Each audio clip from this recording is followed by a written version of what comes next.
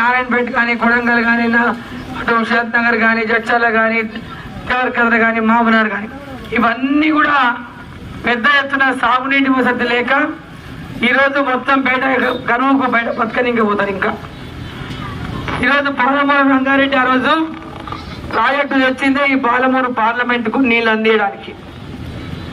మరి పాలమూరు రంగారెడ్డి ప్రాజెక్టుని ఈ ప్రాంతంలో ఎత్తైనటువంటి ప్రాంతం ఏదైతే మహబూబ్నగర్ పార్లమెంట్లో ఉందో, మరి భీమా ద్వారా కొంత నీళ్ళు వచ్చినప్పటికీ మిగతా చాలా ప్రాంతాల్లో నీళ్లు రాలేదు. ప్రతి నియోజకవర్గంలో కూడా మరి నీళ్లు రావాల్సినటువంటి రైతులకు నీళ్లు అందించాల్సినటువంటి అవసరం ఉందని ఆ రోజు పాలమూరు రంగారెడ్డి మరి సాగునీటి ప్రాజెక్టును, ఇరిగేషన్ ప్రాజెక్టును నేను మంత్రిగా ఉన్నప్పుడు రిటైర్డ్ ఇంజనీర్స్ వాళ్ళందరూ కూడా కలిసి దాని ప్రాజెక్టు రిపోర్ట్ తయారు చేస్తే, ఎట్టి పరిస్థితుల్లో ఈ తెలంగాణ విభజన ముందుగానే మీరు దాన్ని శాంక్షన్ చేయించుకోవాలమ్మా, లేకుంటే దాని భవిష్యత్తులో ఇబ్బంది అవుతుంది, మీరు ఎట్లయినా దాన్ని ముందే దాన్ని ఒక జీవో ఇప్పించుకోండి అంటే ఆ రోజు పట్టుబట్టి కిరణ్ కుమార్ రెడ్డి గారు ముఖ్యమంత్రి ఉంటే ఆంధ్ర వాళ్ళంతా దాన్ని వ్యతిరేకిస్తున్నా పట్టుబట్టి మాకు ఈ జియాల పాలమూరు కానీ పట్టుబట్టి దాన్ని సర్వే కోసం జీవో ఇప్పించింది డీకే అరుణమ్మ అని చెప్పి మీకు అందరికీ కూడా నేను వాళ్ళకి తెలియజేస్తా ఉన్నా.